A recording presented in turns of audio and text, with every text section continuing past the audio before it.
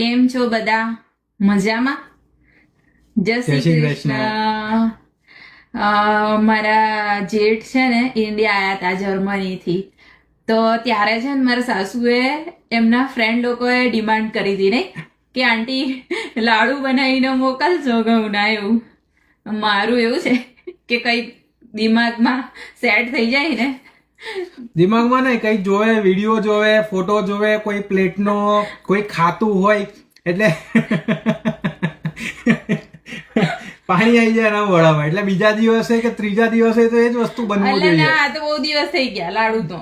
એ તો લાડુ, બાકી બીજું બધું તો એટલે છે ને મને ઈચ્છા થઈ જ જાય. એટલે આજે તો મેં કીધું થયું ને કે લાડુ બનાવી જ દઉં આજે તો. જેટલી એકચ્યુઅલી લાડુ વધારે મને બહુ ભાવે છે. અને મને પણ બહુ ભાવે. અમને તો સ્વીટ બંનેને બહુ જ ભાવે છે.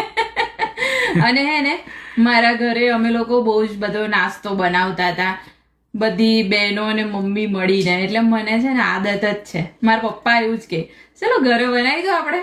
એમને બી નવી નવી ડીશ બધું ખાવાનું બહુ ગમે. અને એવું કશું નહીં કે લાડુ કઈ દિવાળી હોય ત્યારે જ બને. જ્યારે ઈચ્છા થઈ જાય ત્યારે ખાઈ લેવાનું જે ભાવે. એક જ જિંદગી મળી છે, એન્જોય કરી લેવાનું.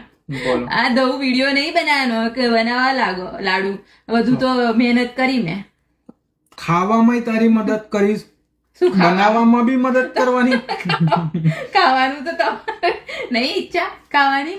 ખાવામાં જો ખાવામાં મદદ કરીશ તો બનાવવામાં મદદ નહીં કરું. બેમાંથી એક જ વસ્તુ થશે. ખાવા તો પડે ને તમારે બકા. આટલી મહેનત કરતી હોય તો તમે ના ખાવ તો મને ના ગળામાં ઉતરે.